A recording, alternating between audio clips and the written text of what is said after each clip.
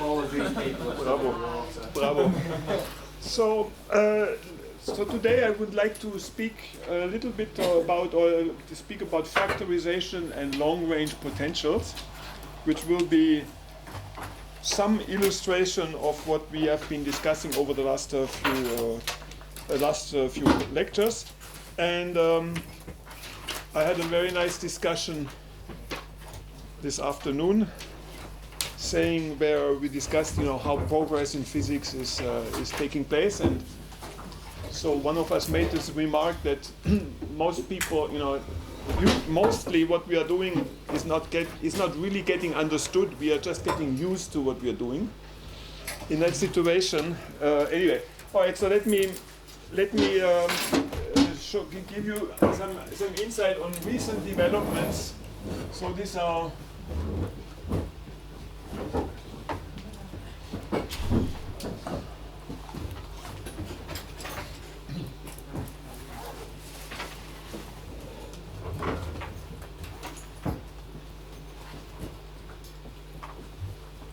And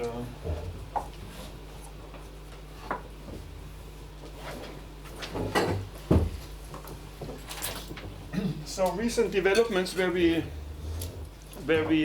took up again this the problem of Markov chain Monte Carlo, and came up with solutions where we evaluate, where we sample from the Boltzmann distribution without evaluating the potential. I think it is Gabriele who unfortunately had to leave this afternoon. So Gabriele gave a poster, if I understand correctly. So let me just do again. So we have a potential u of x. In the example that we had, it was 1/2 x squared plus 1/4 x4. So we called, so the stationary distribution unnormalized, it doesn't have to be normalized, is e to the minus, is exponential of minus 1/2 x squared minus 1/2 x4. And you understand that, so here is beta is equals to 1. And we discussed in detail that we have a transition matrix P of x and y, or x and x prime, and we could put like this. X and x prime is an a priori probability to go from x to x prime times the p met, which is the metropolis filter of x and x prime. So this is the metropolis filter that had been used for decades and considered to be the only possibility. So this is the a priori probability, the probability with which you propose the move, and the filter is simply a true or false statement whether I accept the proposed move. So it's just that you go home, as I said, not just having gotten used to metropolis algorithm and so on and so on, but actually to know it completely. This is a of x prime times the minimum of 1 pi of x prime, pi to 4 of x prime, divided by pi to 4 of x. So pi to 4 is just for our example. So now, why is this a good choice? It is a good choice because pi of x times p of x prime is given by a of x prime minimum of pi to 4. So I count on you to, especially I count on you to get all my little x's. I'll have a lot of little x's and big x's. And you have to be intraitable with me. As soon as I write a little x, that is not, anyway, pi to 4 of x, comma, pi to 4 of x prime. All right? So now you just see, this is a symmetric function in x and x prime, right? And if this is also the a priori probability, is this also symmetric, then this must also be symmetric. Symmetric, so that we have pi to 4 times p from of x times p from x to x prime is equal pi to 4 of x prime times p from x prime to x.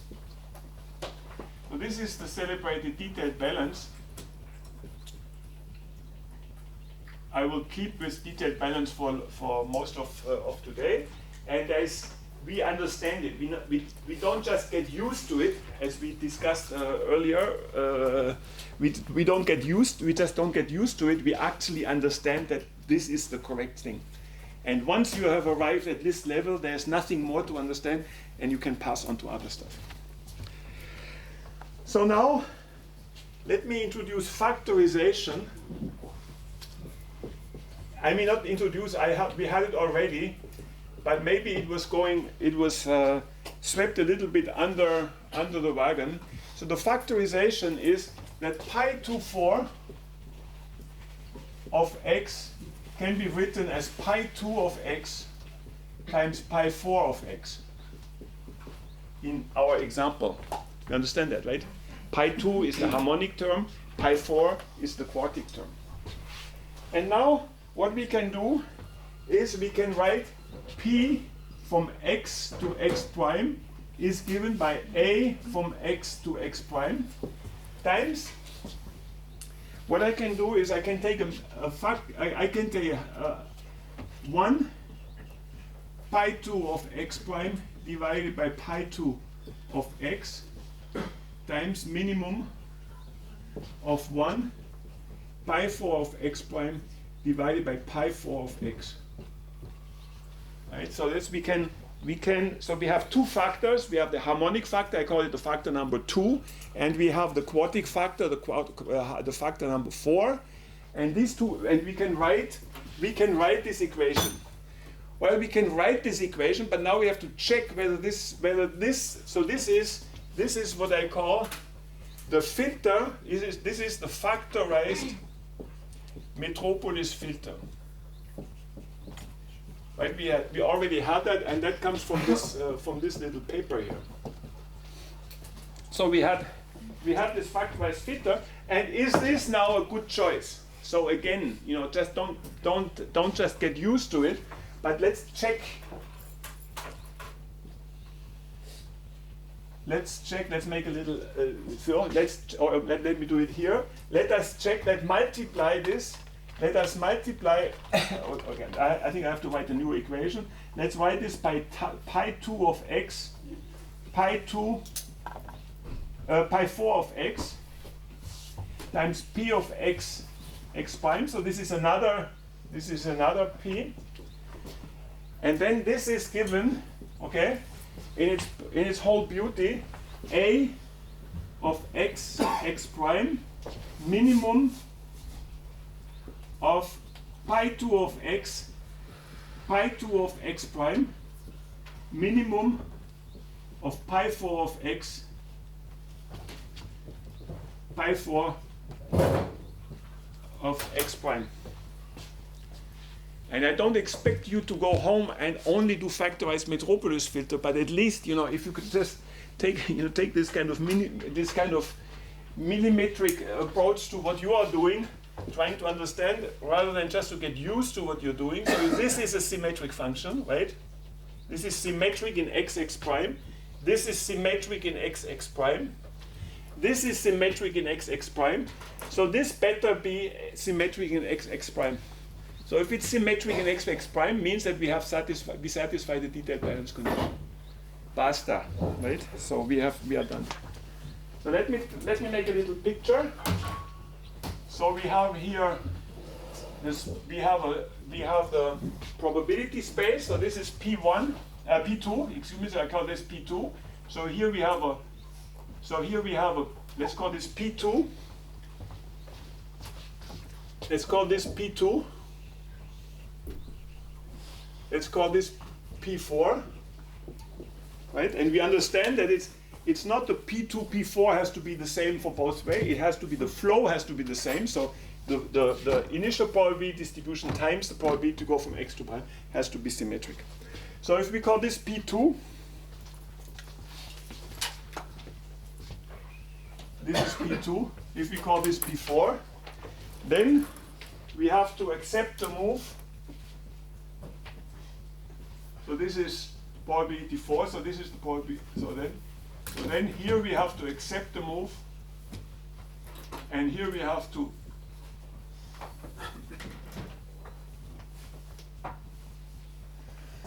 reject the move. All right, so that is different from what we had before. So now, you have seen all of this. This is kind of not too complicated. Now let's go into bounding potentials. Now let's bound.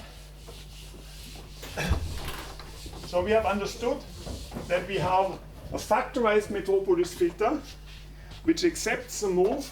Okay, we accept the move if it is accepted by this factor and is accepted by this factor. So this factor will accept it with P2, right? So then the probability is here P2. This factor will accept it with P4, and the product of P2, P4 is simply the one that we need here. It's this probability that we accept. So everything is okay here. Sorry? Yes. But at this level, with this simply potential, this algorithm is less efficient than normal one. Okay. Yes. Yes. But if the potential is more complicated, it will always be less efficient. Okay. Okay. So why, you go sailing even if you're not, if we are not we all go sailing even if we are not Olympic champions. So we just try to have fun. So now let me do I'm serious. So of course there's a price to pay, and then afterwards you can come down. So now let us do the following. Let us introduce a bounding potential. So here we have the P2, and here we have a P2 hat. Here we have the P4, and here we have a P4 hat.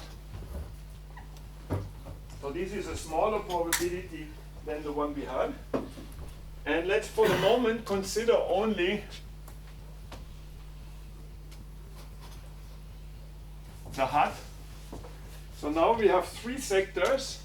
So that is clear, right? I mean, if you followed a little bit what we were saying, if our pebble, we throw 2 pebble, one in P2. I mean, this is not a two pebble algorithm, but we have to make 2 decisions, right? We have to make 2 decisions whether factor 2 accepts and whether factor 4 accepts. And factor 2 and 4 will certainly accept when we are here, and then we can say, so this is accept. Okay? So now what I can do is the following. So now you see already, so now already you see here, we have 3 sectors. Let me just take that away again. So 3 sectors, and in fact, this can be seen as, just a moment, so I just write it down. So here, nobody rejects me. Okay, so here in that, no factor rejects. Up here, it's factor 4, which has a provisional rejection. So there is a chance that if we sample a point in here, then factor 4 will maybe reject. So then we have to make the second decision whether we are above the line or below the line. So here it is factor 2 that rejects, and here it's factor 2 and 4. You understand what the point I'm making here? Right. So I'm saying that we have 3 sectors, and then we have to specify this sector. So for example, this sector down here has later to be specified. So this thing has to be blown up like this, because then there is a one where we however will accept, right? Because we want to accept with P2, but now we are going with this bounding potential. So if we are below here, then we'll end up accepting the move. Here we'll end up rejecting the move. So this one will get cut up like this. This one will get cut up. How will this one get cut up? This sector. on the left. The left. This one? Left. The other drawing. Yes. No. This sector will be no. So this is okay. So this one will be rejected. So this, how many cases do we have to consider later? We end up having 4 cases, right? We can have, so this here has to be cut up into 4 places. This one has to be cut up into 2 places, like this. And this one doesn't have to be cut up. Understand? Okay, so our acceptance probability is P2, and we have to check whether our random number is below, our epsilon 2 and epsilon 4 are below or above. You understand here? But let's say provisionally we say this factor and this factor, this, so we have these things. So now what okay? Yes or no? Yes, but this in No, I mean we have to reach full understanding.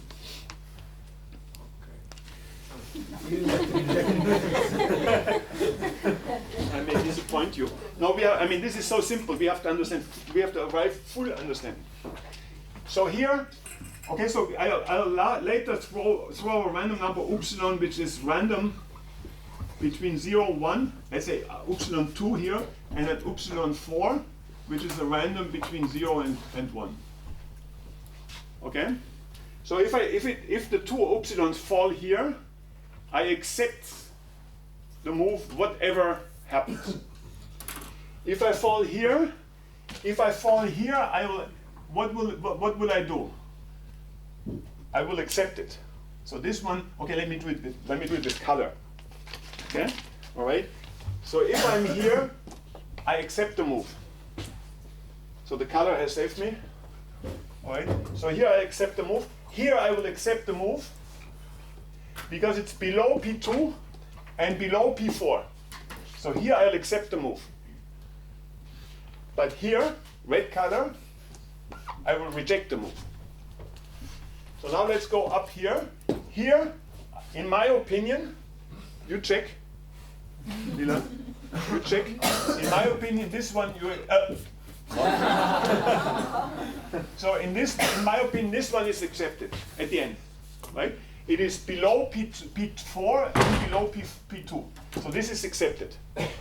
And these 3 cases are rejected. That's what I meant by. Yes, but for different reasons. So this one is rejected. This one is rejected by factor 2 and by factor 4. This one is rejected by factor by factor 4. Yes. Okay. All right. Okay. I understand what you mean. Okay. No, I mean, come on. Yes. With colors is easier. Yes. And you have in front of you one of the most Daltonian people in the world. So no, I mean, I'm completely colorblind. So I mean, that's why I carry white shirts, because for me they're all the same. All right. So now let's do M, which is the set of factors. Let's do a little mystification. Right? I'm not going to go into quantum mechanics, but it's almost like that. So we have a set of factors, a factor 2 and a factor 4. All right? You agree with that? We have a factor 2, which is the harmonic, a factor 4, which is the quartic term. Now, what we are computing here, these elements here, we have what we call the power set of M, is the set of subsets of the factor set. So this is the set of either nothing, or the set number 2, or the set number 4, or the set 2, 4. Okay? So now, here is this set that rejects the move. That set is empty, so we will accept the move. Here, it's the set of 2. It's this subset, element of the power set that reject me. And here's the 4, and so here's the 4, and here's the 4, and here's the 2, 4. Okay? You understand that? So now let's do the following. Let's write a little, because you've seen 10 minutes without an algorithm. You must be worrying that something is not going smoothly here. So now you understand that we had a fantastic. So what I want to show you with this example is, of course, this is just a preparation for the case where this set of factors is not just 2 elements, but it's 1,000,000 elements. Okay, so now, but I just want to show you. So this will be on my website so that you can check it out, and then you see that every step that we do, even though we have a power set, you're not paying. It changes nothing. Huh? It doesn't change anything. Well, but it's wrong. It's okay. So you saw it. Yeah. Oh, it's too strong. You're just too strong. I mean, you all are too strong, but I mean, just anyway. So now let me do the following. No. I mean, let me do the following. Do you remember we had something called Bernoulli Poisson dot pi? This is complete overkill for the moment, but you remember we had an algorithm that we will use in this simple. So the Bernoulli Poisson dot pi was the program. We did an input.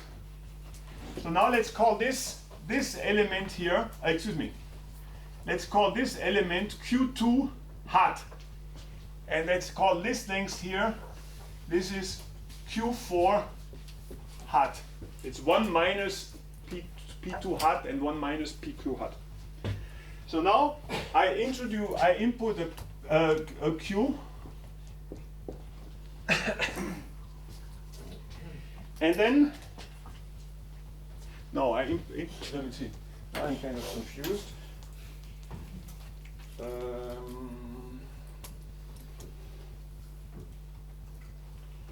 Yes, so I input Q hat. That's right. Now what I do is I take a lambda, which is equal to minus logarithm of 1 minus Q hat. And now I run a Poisson process T going to minus log of 1, 0, 1 divided by lambda. And if T is less than 1, then output,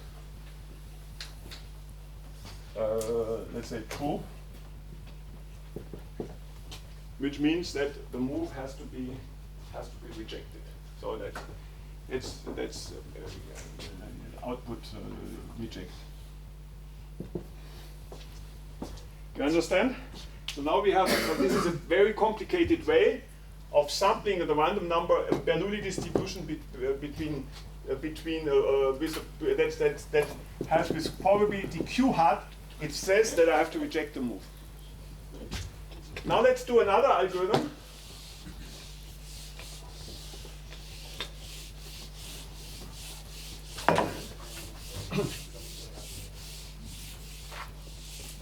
Now you're sampling a new number. Like before it was deterministic, right? You were splitting and you knew already, like you sampled gamma 1, epsilon 1, epsilon 2. Yes. And you already splitted everything. Yes. The acceptance, rejection. Yes, exactly. Now you are sampling a new number to decide this.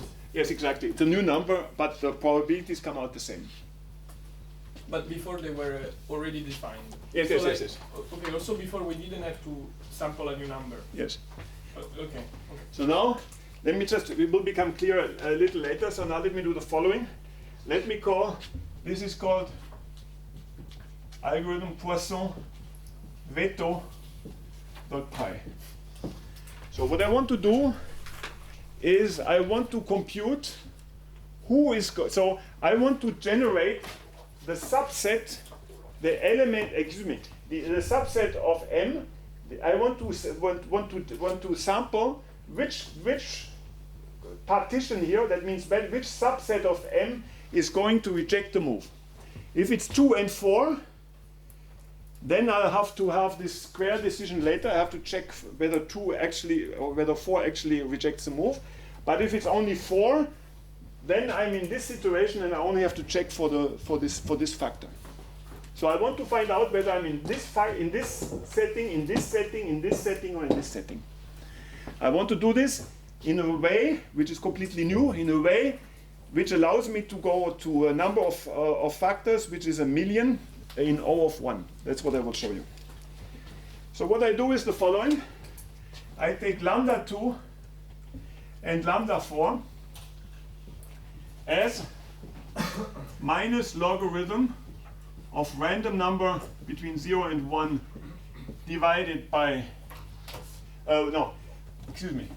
minus logarithm of 1 minus q2 hat and minus logarithm of 1 minus q4 hat. So I just go from this situation to the situation where I have two Poisson processes that will trigger maybe triggering events, and that will tell me what is the set that is going to reject the move. So now let's do this. Let me define lambda, which is lambda 2 plus lambda 4. And you see already here, just for those who, you see, if I had 1,000,000 of these terms, I would just need O of 1,000,000 to compute this sum. Now what I do is the following. I start t equals to 0. And now I let my Poisson process with intensity lambda, I let it run. So now I do a while true. So I let it run until I run out of speed. This I'll show you. T minus log of run of 0, 1 divided by lambda. So now I have a Poisson process that will throw events with an intensity of lambda 2 plus lambda 4. So now let's say it has already ran, so now what I do is the following. If t is larger than 1, we already had that before, then break out. And it would also be useful to start something that we call an S veto as an empty set. So for the moment, I have nobody that vetoes my move. So what I want to find out here is whether factor 2 vetoes the move, whether factor 4 vetoes the move, 2, 3, or So I want to find out who is vetoing the move. So these are the possibilities for vetoing of the move. So now I do it like this. And otherwise, so now I said Z is equal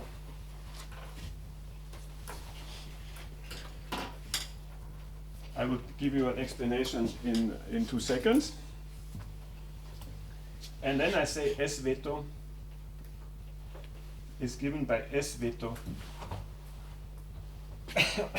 plus Z.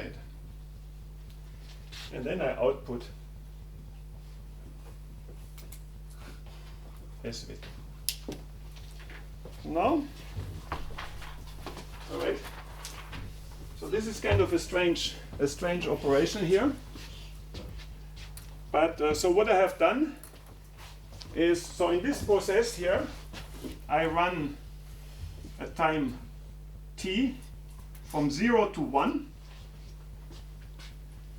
And if I have an event, then I say, well, there's a rejection in this algorithm.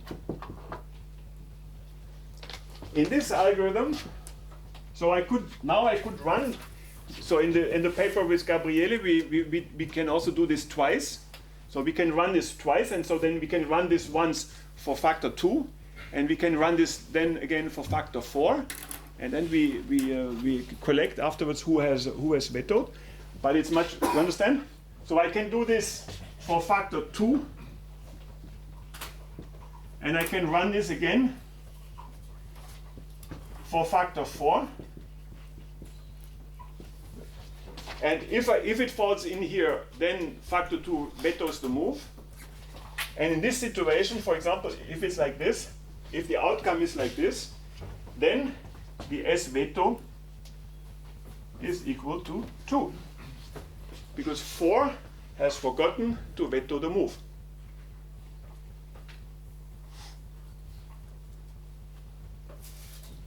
You agree with this? Okay, so this is kind of, I'm doing something very complicated, but the outcome is correct. Now, rather than running 2 Poisson processes or 1,000,000 Poisson processes or making 1,000,000 decisions, what I will do is the following. I run 1 Poisson process with an intensity of not lambda 2 or lambda. So this is with lambda 2, and this is with lambda 4, of course. Now I run it with lambda is equal to lambda 2 plus lambda 4. Time 1 is here.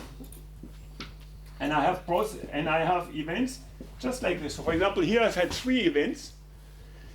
And now I can say, well, this event was given with probability lambda 2 by 2, and it was done with probability lambda 4 by 4. Then again here, it was done by this, and again here, it was done by this, like this and this. 2, 4, 2, 4, lambda 2, lambda 4, lambda 2, lambda 4. That's this algorithm. And in this algorithm, I can now go, okay, so you understand this algorithm?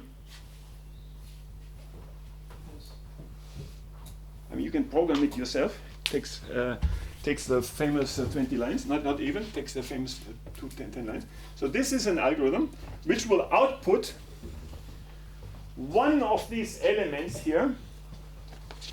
It will output one of these elements with a probability. So this will output a probability. So I have a probability distribution of the set of vetoing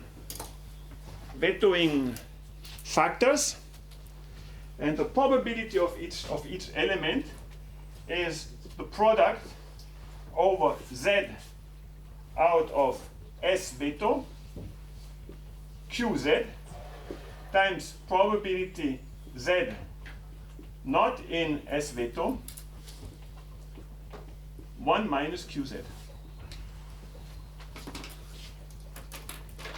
So I'm faster than I thought I would be, so that means I can discuss that for as long as you want.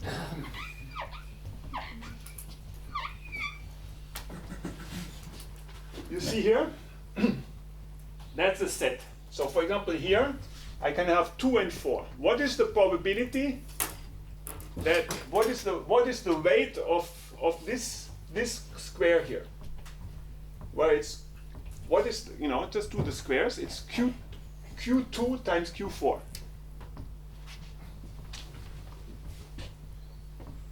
What is the weight of this one? Well,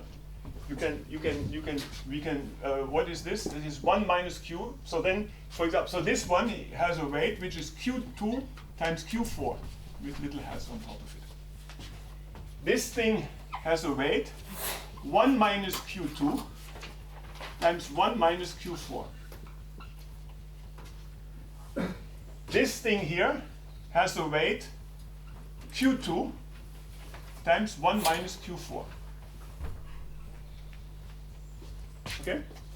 Can you say again what the walker does? Well, it just selects 2 and 4 with probability lambda 2 and probability lambda 4. So you have the choice. Walker is kind of completely exploded here, but so we have okay. I come back. I'm much faster than I thought to, so then I have all the time. So do we understand here that this thing here? Do we understand that this thing here has an area which is P2 times P4?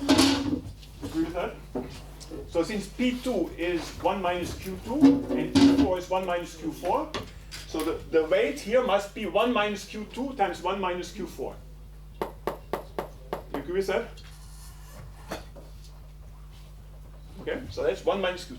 So that corresponds to to the formula that the weight, we have to sample the power set of the subsets of our factors with this probability.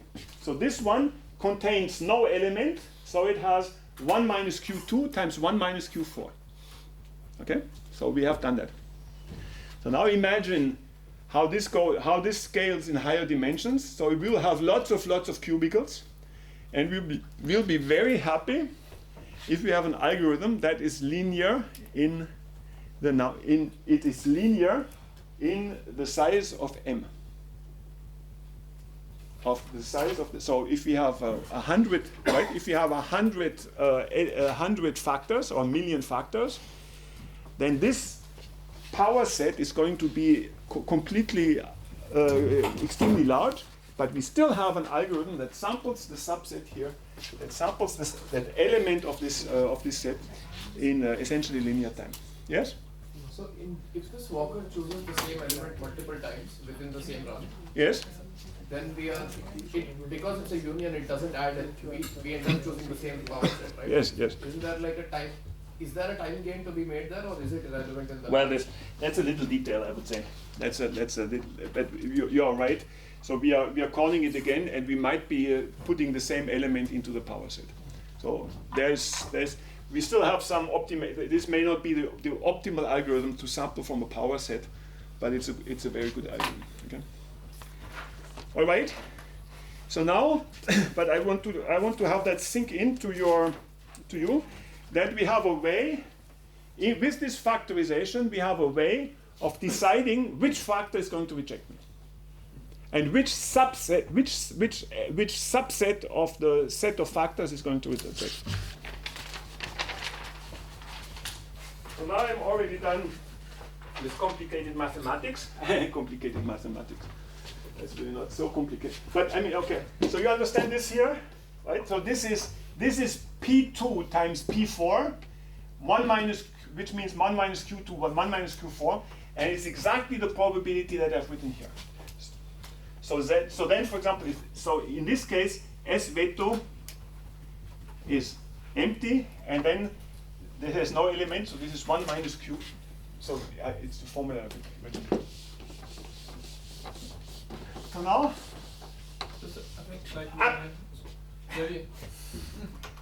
should I unerase it now? No, it's just lambda 2, lambda 4, they do not sum to 1, right? It's just a silly question. No, they don't sum to 1. Okay. No, they don't. Because I mean, it's in the in fact, even in the limit that you will see that even if you have a million factors, they will not sum to. They don't have to sum to 1, because the activity just of a Poisson process just has to be positive. So it's the lambda, right? So so the sum of the probabilities here in the power set that will sum. Now, sorry, can I ask you to repeat how do you decide, how do you recognize who put the veto in that algorithm? Excuse me?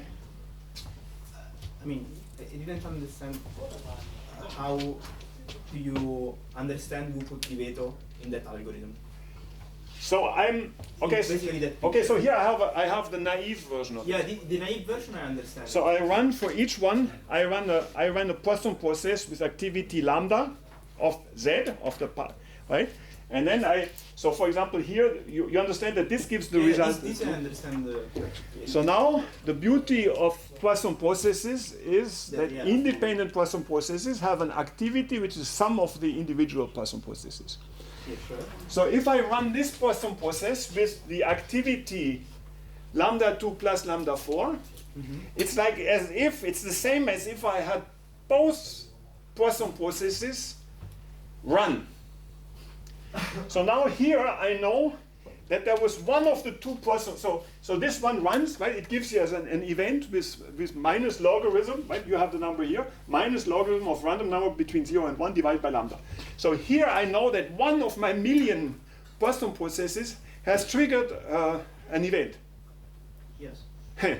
Which one? Well, it was Poisson process number 2 with probability lambda 2, and 4 with probability lambda 4. So now I'm back to the first week. We didn't even know how to sail, right? It was a long time ago. So we have to take lambda. We have to take process 2 with probability lambda 2 and probability 4 with lambda 4. So lambda 2 is this, maybe. Lambda 4 is this, right? So now you have a choice between many algorithms to find out which one it is. The most efficient algorithm is walk. So let me say, just for this simple example, what you do is you do lambda 2, you write it here. Then you have lambda 4 plus lambda 2. Okay?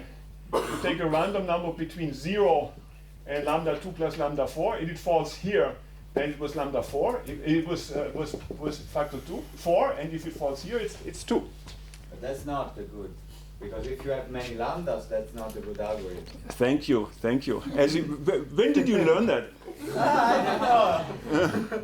Okay, so this is O of 1. I just want to put in Walker just to say that this is O of 1, right? So this is O of 1. So this is an O of 1 method. Okay, basically with not last line but the one before, you This are one? sampling the probability distribution of the joint of some process with the Yes. of the Veto. So here, let me just put it because I actually have a lot of time, which is a lie. You know, in English you call that a fat lie, right? Fat lie. It's just a complete lie. It's everybody notices that this must be a lie. Right. So that's a fat lie. Oh, you call somebody a big fat liar. Yes, so that's a fat lie. Anyway, so it was I tell you a story about fat lies later. So anyway, so here.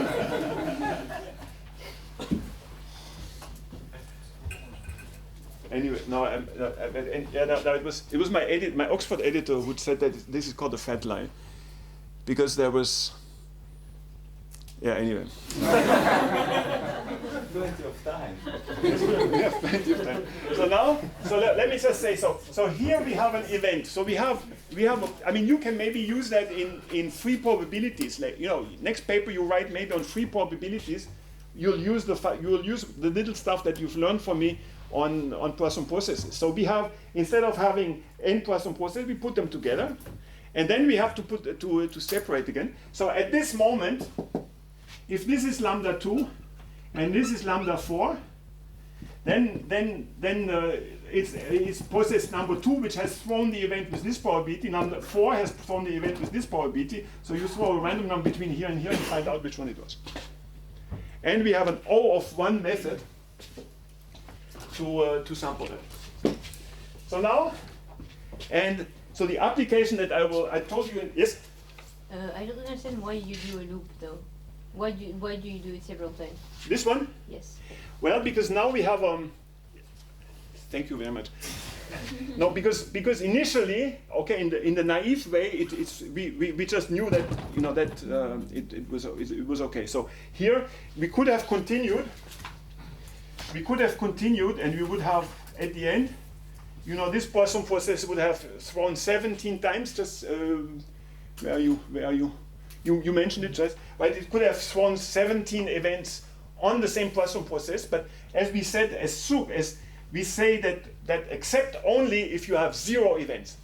So here this doesn't count, so we can stop our Poisson process here. We know we have an event. But here we have to stop only after we know that nobody in our set of events is still calling. So it could be that this is factor 2, factor 2, factor 2. So we cannot stop here because maybe between here and here factor 4 calls another event. So now comes the application. As I told you. Just one thing, and couldn't you renormalize the activity? Because if process I click, then I remove lambda I, and then I have to sample. Yeah, yes, of course, but I don't want to change my Walker table as I continue. Oh, okay. So because I have a Walker table, and I will set up. But that's a detail. I set up that this S veto is a small. Even if I have a million factors, I only want to have 2 or 3 events. So this will be a completely rare clock, and it will throw 0 events, 1 event, or 2 or 3, rarely a large number. So now let me do the Lennard-Jones. So that's for example just one application. So it is called sigma over r to the power of 12 minus sigma over r to the power of 6. So this is the potential that you have all studied. I mean, many of you have studied. And it goes like, it ends like 1 over R6. And this 1 over R6 behavior, sometimes it's also 1 over R7 behavior for large distances, is called the London dispersive force for isotropic molecules.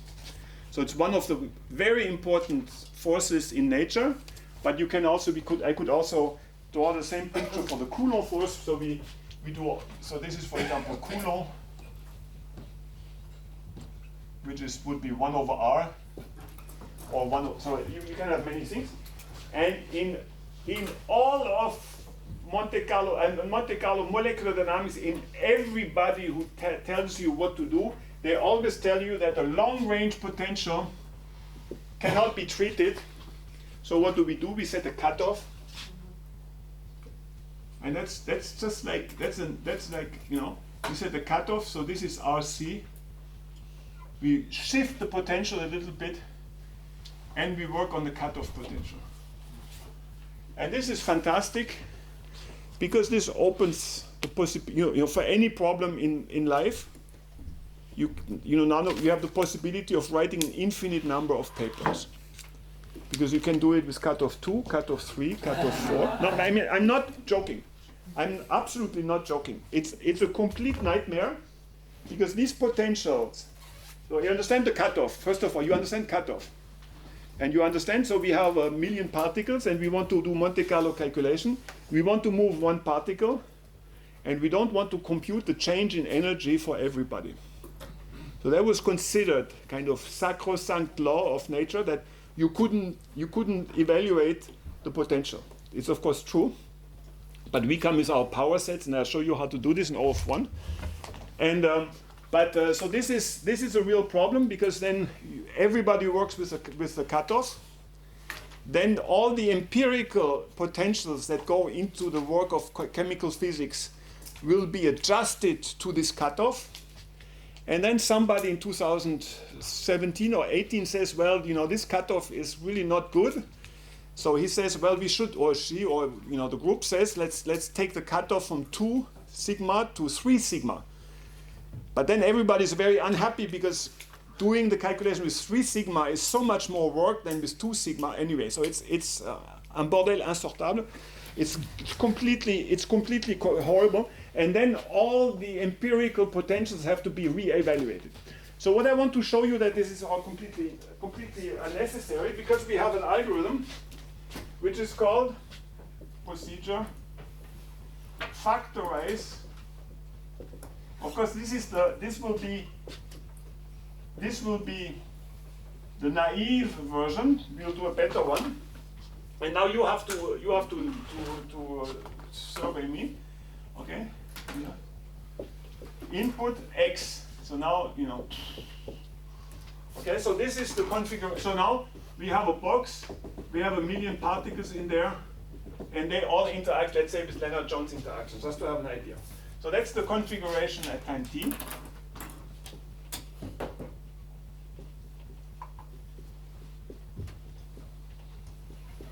Okay? So now what we do is we take a little x, which is an element of capital X. So X is the vector of configuration. We take an element of this vector X. We move this particle from X to X prime. So we have one particle in our box. Let me make the box a little bigger. So this is our box. We have a bunch of particles. That's particle X. And we move it from X to X prime. Or we attempt to move it from X to X prime. And we go from X to X prime. So now what we do is we have a loop. So that's the naive version. For X prime x double prime in x without x. You see, this is very Pythonic here. We take a random number epsilon, which is the random between 0 and 1. And we do if epsilon larger than exponential of minus beta delta u between x, which goes to x prime, and x double prime. I would consent to making this formula more explicit in a second. Then go to 1. Otherwise, x becomes. I'll have again a lot of time to discuss that with you. Minus x. And 1, I just put it here, is output x. So that's the naive version. Let's go through it. So what we do is we take x. We want to move from x to x prime, but we don't compute the change of energy. That some of you who have already done that in undergraduate work, right? That's what you used to do. So usually you would compute the change of energy from x to x prime. What I'm doing is the following. I want to move my particle from x to x prime. So let's say it's this particle. I want to move it from here to here. Question mark, can I accept it? Now I ask all other particle x double prime whether they accept this move. Right? And according to our principle, we can accept it only if everybody accepts the move. So that's what I'm checking. So for everybody here, I'm taking a random number. I'm checking whether epsilon is smaller than the probability, but here I take it larger, so then if it's larger, then I have to reject. And if I reject, I do a go to 1, so that means I stop what I'm doing. But where is 1? Here. It's below, it's below the line. Okay? You see the point here? So I'm asked, let me be the particle x, so I'm making a move. And I'm checking for every one of you 50, how many? 50, yeah. Well, there are some losses. Yeah, we lost some. Well, 30, 12. Anyway, so for certain, so I'm checking, I'm making a move. I check with you, I check with Claude, I check with you, I check with you, I check with everyone. That's what this algorithm does. And I check, and you understand, if one of you rejects the move, then I go to 1 and I don't do the move, and I go from t to t plus 1. So that's the configuration at t. That's the configuration at t plus 1.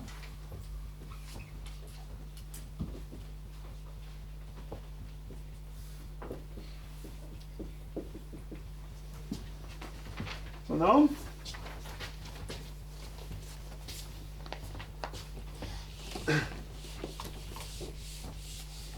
let us rationalize this thing, and let's become a little bit more.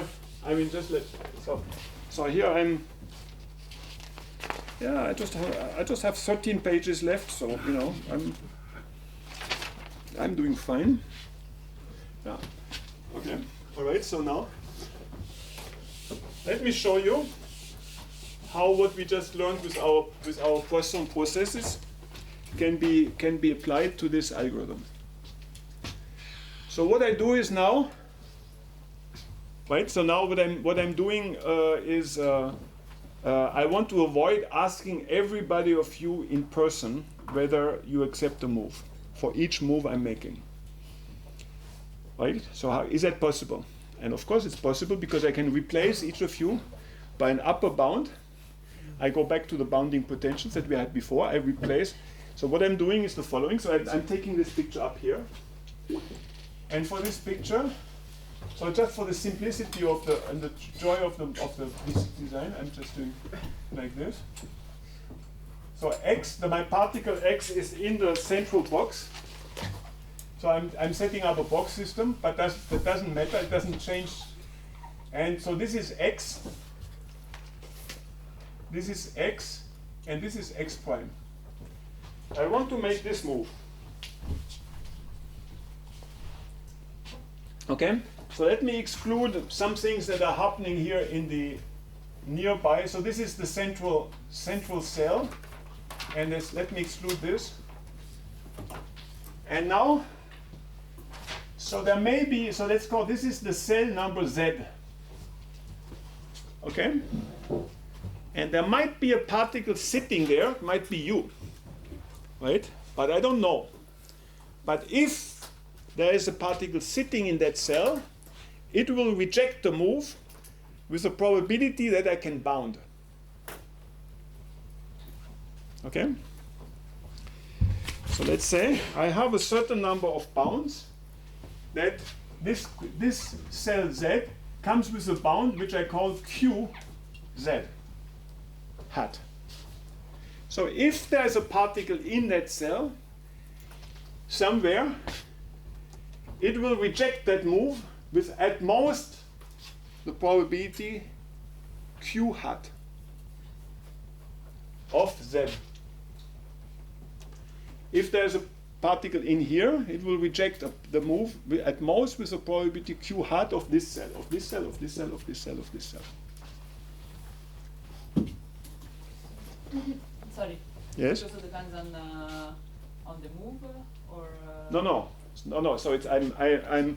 Yeah, thanks for the remark. So I'm setting up an upper limit here, so I cannot go farther than a certain parameter delta. I can only make a relatively small move. And I'm taking the maximum, the worst situation for a particle sitting up there in cell Z to reject the move. That's a number that I can compute. But given that it was in the central. Exactly. Okay. So QZ, let me just write it here. QZ, or 1 minus QZ, is the maximum. No, it's the min. So let's say QZ is the maximum for all X in the active cell, and for X double prime in cell Z, of 1 minus e to the minus beta delta u of the move from X to X prime with X double prime. Okay? So it's the it's some kind of worst case scenario. It's the worst case scenario. X belongs to? Is in this active cell, it's in the central cell. Let's call this cell A. Active. This is A. Okay? So that I have a particle in the central cell. I have some other particle over here. And I'm saying that now I'm making a move, and I have some kind of worst case rejection probability of if there is a particle in that cell up there. Okay, get that? So now, and of course the point I want to, anyway, so that is A. So now let me write a procedure, which is called cell veto, which is again a naive algorithm. X is a choice of X prime, so it's a random particle, and let's say I have periodic boundary conditions. I can put myself such that the X that I'm choosing ends up in the central cell of my system. Just, I arrange myself such that the X is in the central cell. So I didn't understand one thing. Yes. Is it the central cell or the circle? No, it is in the central cell, and it can move only in this circle. And I made this circle a little bigger than the central cell just to say that it doesn't have to be in the central cell. Because then you would go home and would have a restricted view of the world. Okay. Well, so what is the dependence on X prime? So I mean X prime. So X prime is not in the central cell. It may be in the central cell. So what I'm computing here, let me just, it's always better, you just force me to be explicit here. It's e to the minus beta, it's u between x prime and x double prime minus u of x double prime. And then maximum of x, and then maximum over x prime with x prime minus x smaller theta. Okay, so enfin on y arrive. As we say, that means finally the equation is correct with your help. Okay? So I'm taking x, I'm taking x prime, so x prime, so that's I'm maximizing over everything. But it's it's just a complicated equation of saying that I'm here, I'm ready to make a move, right, left, up, in the other direction, and I don't know exactly where you are. I will be able to say, if you are 100 kilometers away, I will be able to say you will not reject me with a probability larger than 1 over a million. Right? That's what I do. Okay? So now I take a particle from my set of particles. Are you with me? I'm just wondering how expensive it is to compute these cubes at add. Because you have to compute it them at all steps. No. No. I do that once. So the output will be I have a fixed grid. I have periodic boundary conditions, let's put it this way. I always put myself in the central cell. And then I always know if I have to go 700 cells to the right and 512 to up, and then in the third dimension, I can set up this table in O of n. So there is again an initialization step O of n. But thanks for the question. And there's also some stuff here to be doing in the central region. I will write that down. So, but you understand that I can do this, because we have treated this bounding case. So I don't have at each time to compute this distance between x and x double prime. I can live with an upper bound. Let me do that.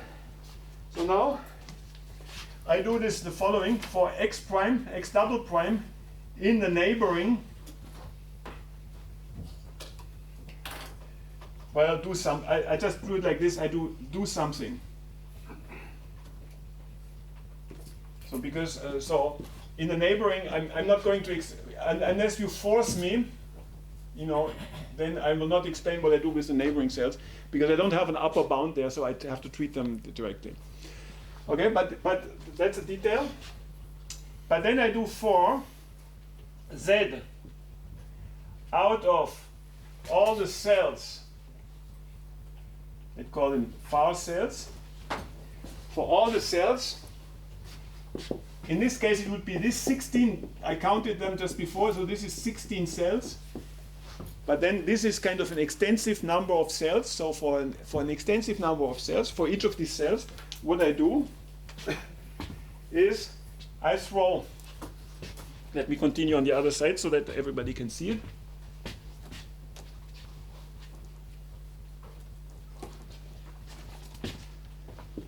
Program continues here. For each of the cells, I throw a random number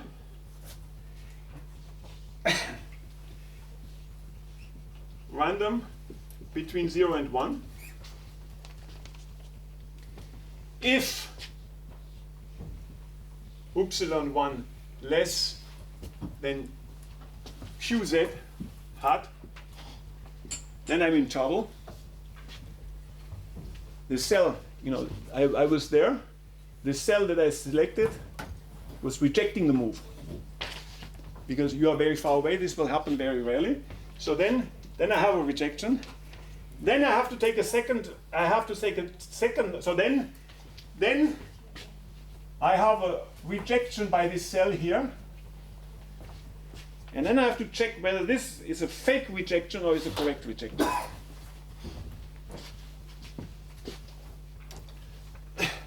So then I do upsilon 2. So this is what I called the true table last week. And then now like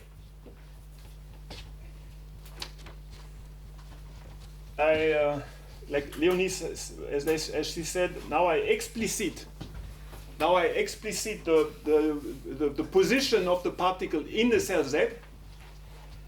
So it's the particle in cell Z.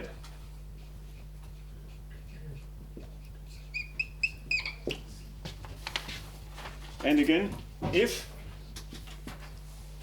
upsilon 2 less than 1 minus exponential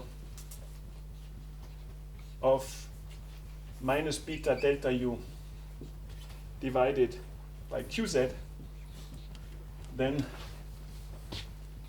I do a reject and I go to 1 and I'm at 1 and do output. So now let me just explicit that. Let me make this explicit. So what I'm doing is now I'm at this moment I'm still going through all the cells one by one, and for each cell I'm checking whether it rejects me. If it doesn't reject me, then I go to the next cell, go to the next cell, go to the next cell. But at the end I will have a handful of cells that reject the move. And for each of these cells I have to check whether there's a particle inside and whether the particle inside is actually rejecting the move.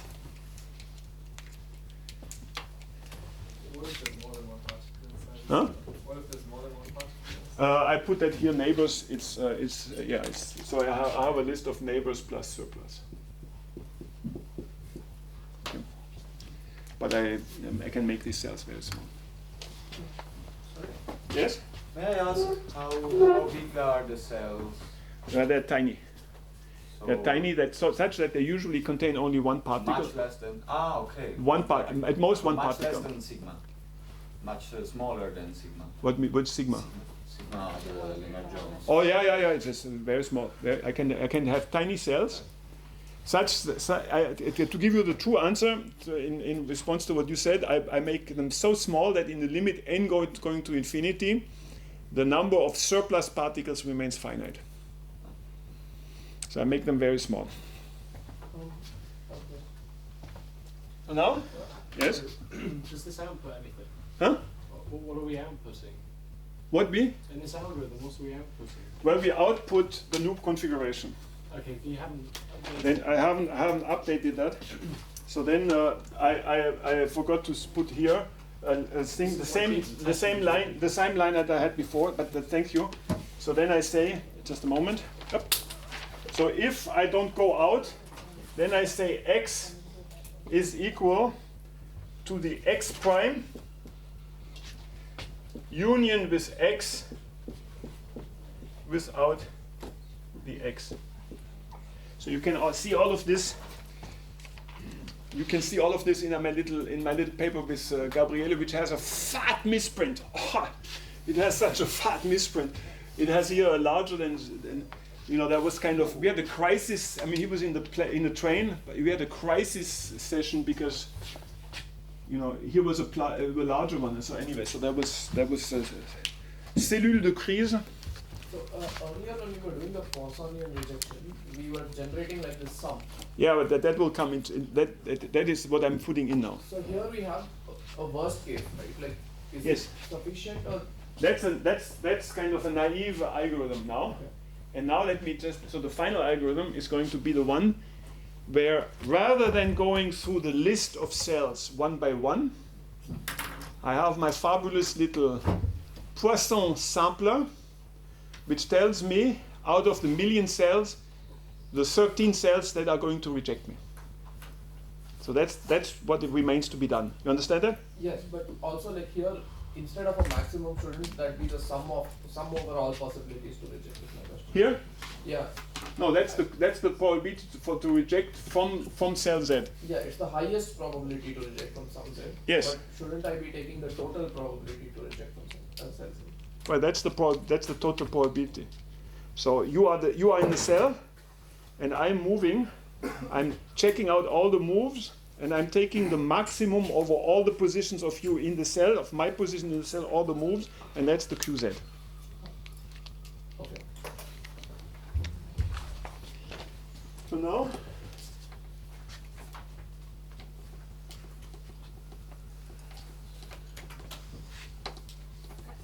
and your pain will soon be rewarded.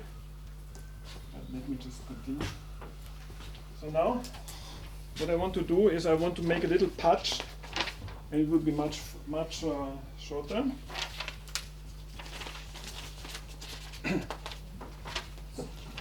So now the patch is the following. I do the patch of this algorithm.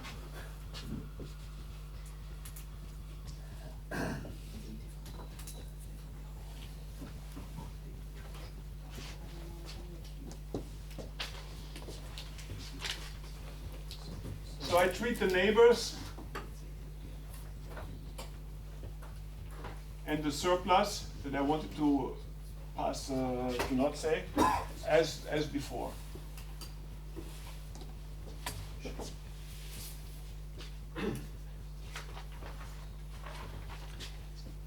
But now I do the following. I sample S veto. S veto is the set, the subset of the power set of the number of cells. And it's like it's the 13 or 14 or 2 or 3 or 0 cells that are going to veto my move. And that is something that I can obtain in essentially all of 17 or 13 or 14. So it's essentially it's all of one.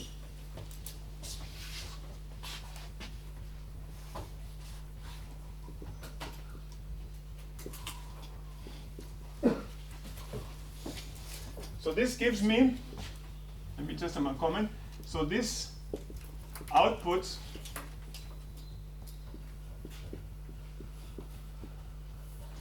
a certain number of cells. Let me say, let's say, for example, A, B, Z, and Q. And then it will tell me that in this enormous set of Z is this one, and Q is that one. In this enormous environment of 1 billion cells, it's only going to be A, B, Z, and Q that will reject the move, or that propose to reject the move. So what I'm doing now is for Z, okay, let me not call it Z, let me call it U. So this is element U. So then for Z in S veto,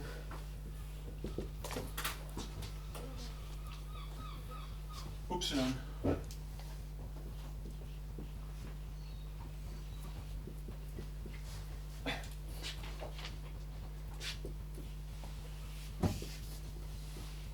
it's a unique, thanks for the question before, it's the unique particle in Z. And if epsilon is larger than 1 minus exponential of the change of things divided by QZ hat go to 1, else output X.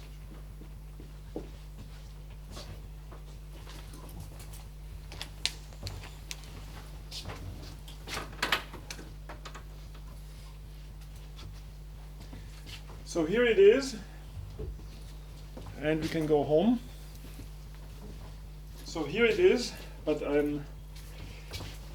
where is my, okay.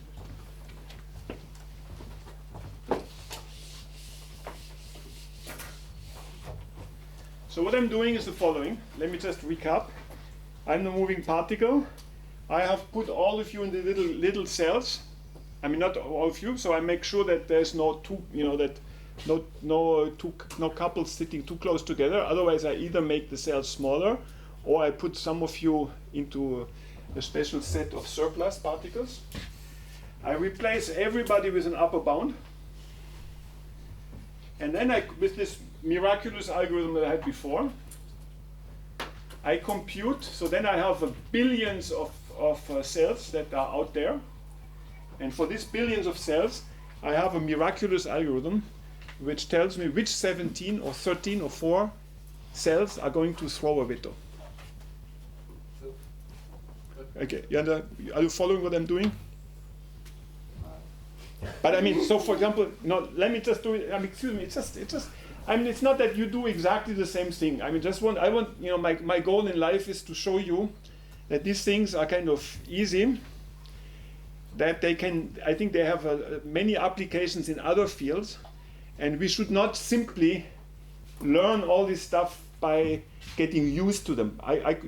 You said getting used to them. I always call it by osmosis, right? Without really understanding, and then. You should come out of here, with kind of understanding that all of these things, free probabilities, FRG, takes. But I mean, yes, all of this can be put into in my humble opinion, all of this can be put into an algorithmic framework. What I mean by this is, everywhere you have an equation on line 1, then an equation on line 2, equation on line 3, equation on line 4, and it continues, and there is no witchcraft in any of this. And there's especially no witchcraft in here. So let's do the example. So here is a little cubicle, right? From here be over here. So I want to make a move, and I have given up, or not given up, I have replaced the principle of gradient descent by a principle where I have to have consensus. So Anna, you have to agree on this move, you have to agree with this move, you have to agree with this move. But that, of course, is complicated. So now what I'm just replacing U with an upper bound for the rejection. That's my QZ hat. I can say that if you are there, then any little move that I'm making will be rejected at most with probability 1 over 100. And the basic principle I'm doing is, rather than to check at each step whether you accept the move, it is statistically correct to check only every 100th time, but then to give you full weight. That's what we are doing here. This thing, so if this is 100, most of the time I don't go to check for you. I only check with a probability 1 over 100, that means every 100 times. But at that moment, I give you 100 times larger weight than I would normally. That's the algorithm that I'm presenting here. Has many applications. It's called thinning of Poisson process, as I said already. Yes? How does the time and the efficiency depends on the density?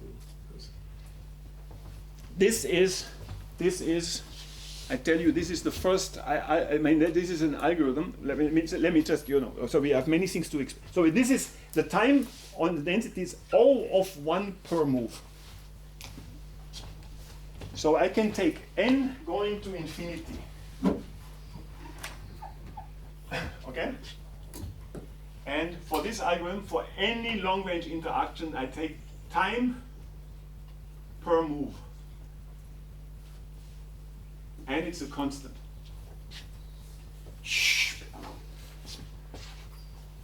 Because I'm not computing the energy at each move, at each time step, I'm not computing the energy of every one of you. I'm making this kind of decision of that's a thinning decision of asking those with low probability of rejecting me very rarely.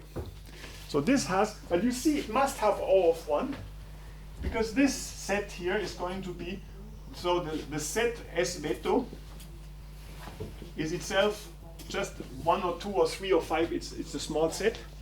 And I can compute this set with this Poisson algorithm. I can compute the set in O of 1. The density is doesn't matter. High. I can do it for Kuhn interactions. I can do it for any interaction. And it's just because Monte Carlo algorithms or stochastic algorithms are decision processes. I've said that already. So what I'm making is, I'm making a very simple move from x to x prime. that move I don't have to compute it. I just propose it. And then I have to make a decision of whether I accept that move or I reject it. So that's an O of 1 algorithm, whereas all the other algorithms go like O of n per move. Yes? O of n is that computational complexity? Huh? O of n is the computational complexity you're talking about? Yes, per move. If I have a long range interaction. Compared to how your acceptance, how maybe it does. I mean, you could have like a negative impact on the acceptance, I guess. Can have a negative 30% impact on the acceptance, maybe. I don't know. It has maybe a 20%. I mean, it has, but that's kind of peanuts compared with the fact that you have an O of 1 scale. And so, does it mean you're basically this question of like you're not asking all the particles, but you just you're doing it in a sampling approach, right? Yes, of course. So you're stochastically choosing which particle to ask in a way. Then you have additionally Exactly. So then, when you are when you are far away, it is.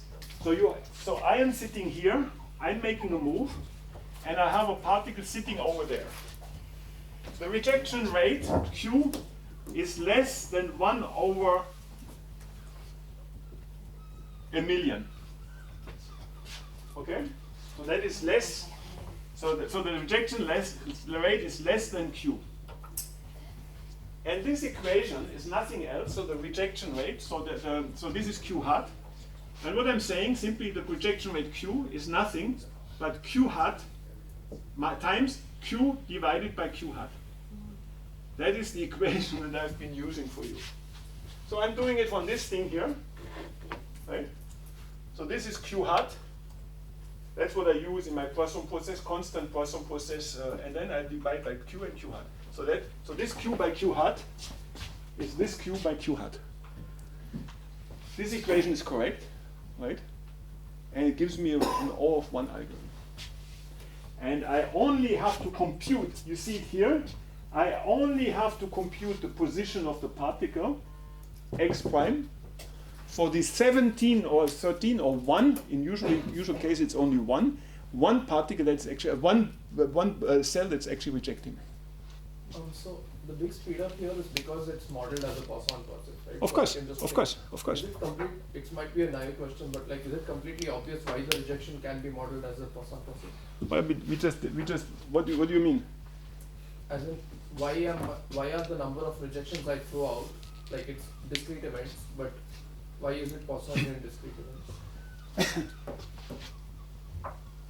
Because no, there were two. Don't quite understand what you mean. So what I was saying, we moved away from the Metropolis algorithm to a factorized Metropolis algorithm, right? We had some event that we could accept with the product of probabilities, and then now the Poisson, let's say, it's not direct. So this thing here is not directly a Poisson process. That's just a bounding. It's a bounding of a single event. That's the bounding. You can call it I call it a Poisson process because usually people associate this with the thinning of Poisson process. So I try to connect myself to what people say. So now, other question? Yes? Yeah. I wanted to ask if there's any restrictions on the potential. For example, does it have to be radial? Because in this case, no. It's a scalar. It has, but thanks for the question. So what we are having, so what's the active research subject right now, we need, even in this case, no, it just has to be boundable. Okay. We have to be able to, that's why I excluded the central region. So when I'm making this move, I have to be sure that you are not rejecting the move with a probability of 1 all of a sudden. So I have to be able to bound this probability. That's the only condition that I have. But then, we use this. So we use this in real application. That was the question yesterday. So we use this in real application in chemical physics. This doesn't have to be two-body interactions. It can be many-body interactions. It can be the same interaction that everybody's using. So now let me just, maybe one shouldn't do in the last minutes.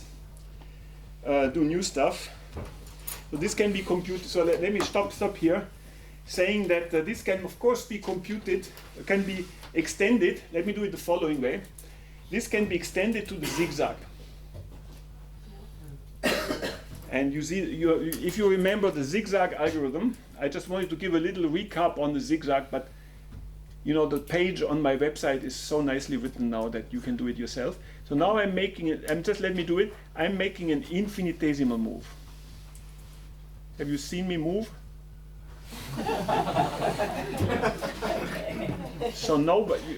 But you understand what's happening? I'm making an infinitesimal move.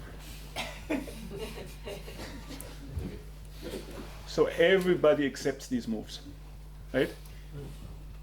So what is going to happen if the moves are themselves infinitesimal as they were in the zigzag algorithm? What is going to happen? So the set will be the empty set. But it will not always be the empty set. It will not be all very sparse. Very sparse, and the maximum size of the set is one. Exactly. So most of the time the set is going to be 0, and only sometimes it will be 1. Then we can take away all this thing of the Poisson process, replace it with the single, then we are back to a single Poisson process, and the set is going to be 0 and 1. That's what I wanted to explain, but you've understood it anyway, and I'm really happy with it. So now, I hope that we all go away from this. So thanks again for all the remarks, because you have allowed me to get out of here with a clearer vision of what I was actually doing. But I hope it's the same for you. I think detailed balance has to be completely crystal clear for everybody.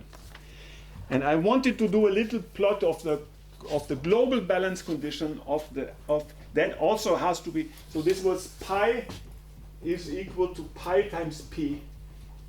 So that means the flow into each configuration and so on. So this has to be crystal clear, and you get out of here, you don't even have to look on my website, you see it's crystal clear.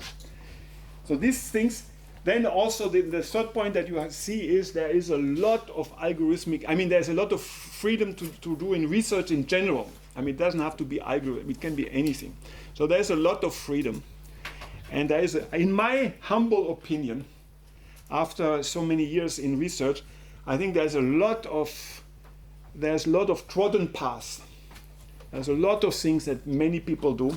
And one of the reasons why we do it, why we all do the same thing as all the others, is because we don't understand the fundamentals.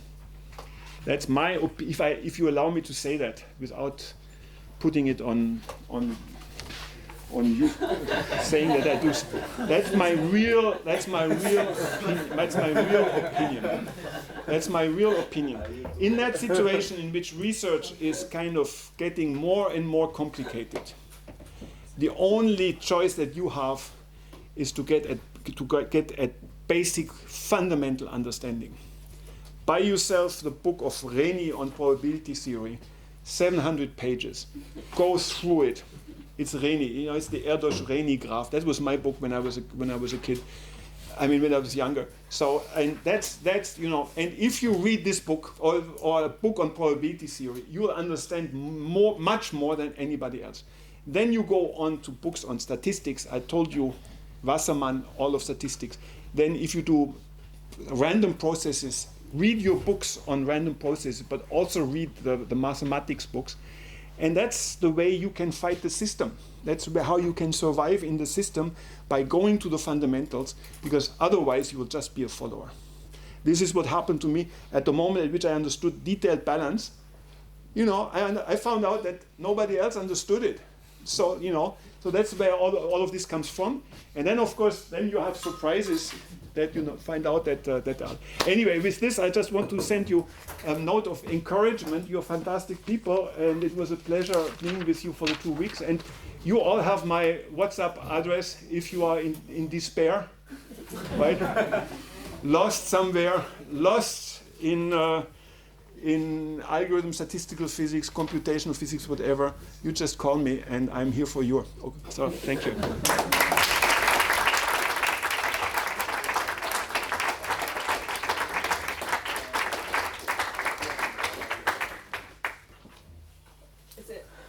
appropriate to ask questions? Of course. Or was that just That's how we do it.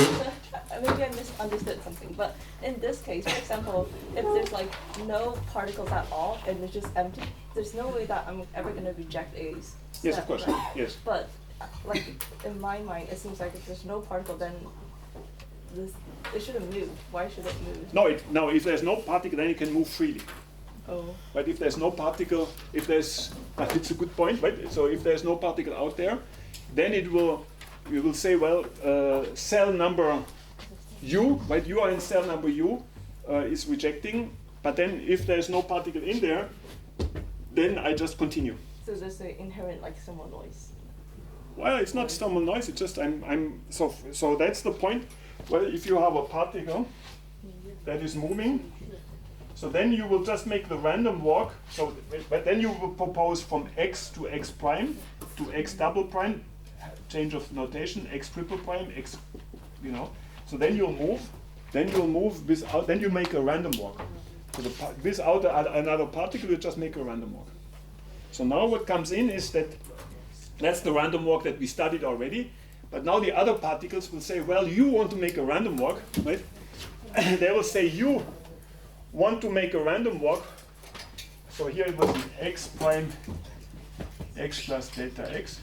So you want to make a random walk, but we don't let you make a random walk because we are here and we don't want you to make that move. That's what I'm doing. Yes? Is there a way of seeing this as some sort of stochastic approximation of the Hamiltonian? So let's say in general, if I have a Hamiltonian that has a very large number of components, and somehow I can sample some batches of it. So is this giving a principled way? It's not an approximation. You understood that?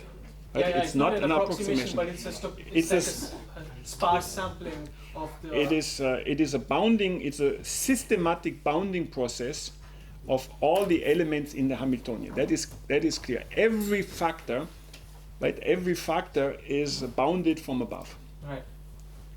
That's what I'm doing. Right. And as I told you in the beginning, right? I mean, the key element was written here at some point. This sampling of the subset, right, is O of 1. Right. So that's what makes this thing, what makes this approach. But what I was explaining you in this context of statistical physics it's now used in the context of Bayesian statistics. So there are many. I think there are many ways to use this kind of thing. So like if the Hamiltonian consists of a large number of data factors, yeah, if it then in general we have to get away. That's what I'm working on. So we have to get away from this concept of gradient descent. Because a gradient is always, I mean, that's what I'm completely in another picture here. Rather than having a gradient descent, that means computing delta u, right? I'm here, I'm making a move, I'm computing delta u. That's the gradient of u times the displacement. And what I'm doing, what we are doing, our colleagues in statistics departments are doing, we are replacing the gradient by a consensus decision. And which is different from saying that it's a stochastic gradient, like it's not a gradient. It's something that is only individual. So, for example, I mean, you know, we can continue that over punch. But in the Bayesian context, these could be n data points, and then you exactly, absolutely. But of course, you know, I'm not going into these details in order to make you work on these details. It's not absolutely not the point. But I just wanted at the end of this series explain to you that these little principles of you know, that we had in two-side problems and so on and so on actually can be made to work in the big world out there. So, if I've understood everything correctly, then the key to this was that you had a bound somehow on the potential. You have this cut off. And this no, what? No, Joe. No, but that's. There was no bound on the cutoff. There was no bound. Sorry, I didn't mean that. You had a cut off. No. I fell asleep at the wrong point.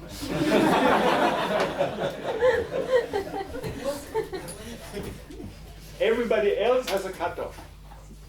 But I am treating you, so if there was a cutoff, I would not be seeing you. Mm-hmm. if there was a cutoff, the cutoff would be, behind Claude. That is, so that there is a cutoff in the, let's say this is the Lennard-Jones potential, and usually there's a cutoff. If there's a cutoff, then I will not see you out there. I have replaced the London dispersive force by nothing, and I have replaced the photon by a meson, if I do it for the Coulomb potential. So there is no cut. So what I'm doing is now I'm looking at you. I'm making a move, and I know you are out there, and you will contribute a very small piece to the rejection probability. Now what I'm doing here is look at this equation here. So that is you. I've bounded you by 1 over 100,000,000. So that means is I look at you only once every 1,000,000 times. But then all of a sudden you get re-weighted, and you have 1,000,000 times larger weight than you would have normally. That is this equation here. So every once in a while, a cell far out there will get completely full weight. U divided by the bounding potential I put for you. There's absolutely no cutoff. That's why we call this a native method. So this is a native sampler of long-range interacting particle systems, or spin systems, or whatever. Okay. Maybe I can redeem myself by asking the second half of the question, which is hopefully a bit more It's okay. intelligent. No, it's okay. Come on. I mean, these things take years to develop, even in our head. I don't, it's completely impossible that you understand that you understand all the details in 15 minutes. I mean, then I would retire immediately. It's just not possible. It doesn't work like that. I hope you can forgive me, Werner, because it's the end of the school, and I'm very tired. No. So there is no cutoff. I should have said it in more detail. So there is no cutoff, and I'm treating this thing with a stochastic bounding procedure. Okay. Second part now. I've understood it. Okay, so if you're in, so here somehow you're putting a bound on the rejection probability, right? Yes. Suppose you're in. Is there a way to flip this on its head? If somehow you can put a bound on the acceptance probability, so where no. Oh, that's a very good point. So that's not. I'm glad you think so.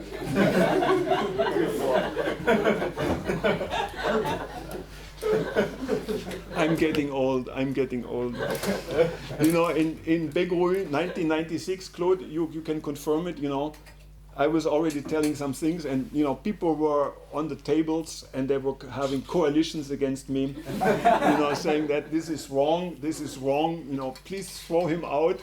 And then I had to work at night to show that what I was explaining was okay. That's the way you have to treat me, And then no. Okay. So it's really, I have no other way of.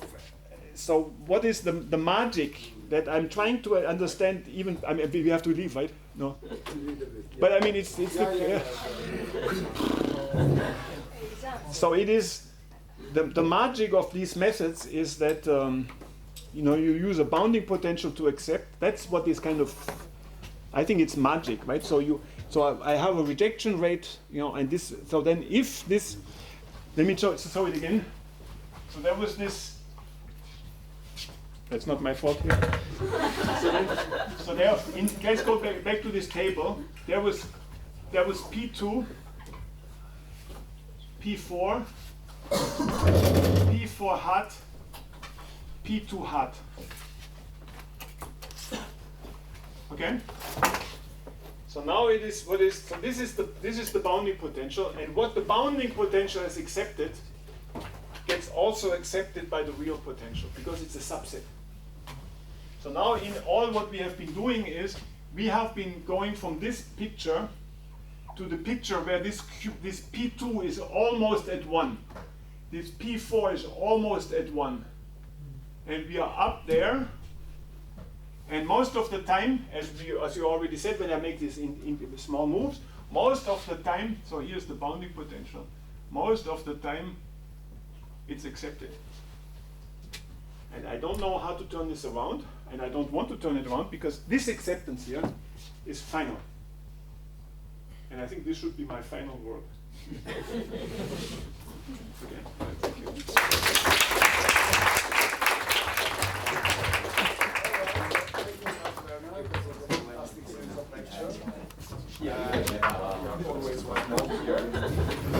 But you still have an extra lecture on tomorrow 9:15, if you wish. By demand. So it's, I had a lot of time. I had a lot of time today. But it will be a pleasure. 1 hour. So it will be a pleasure. It will be 1 hour. I'll have a lot of time even at the end of the hour, and it will be on entropy and entropic phase. So entropic phase transitions. And I think we can all come have a cappuccino, and take it leisurely and I will do some. Yes, I will do the entropy. So now we are going to meet in let's say 5 minutes. So bring one more. So in principle we're supposed to have dinner outside. It's not clear, maybe it will be a bit of noise inside, but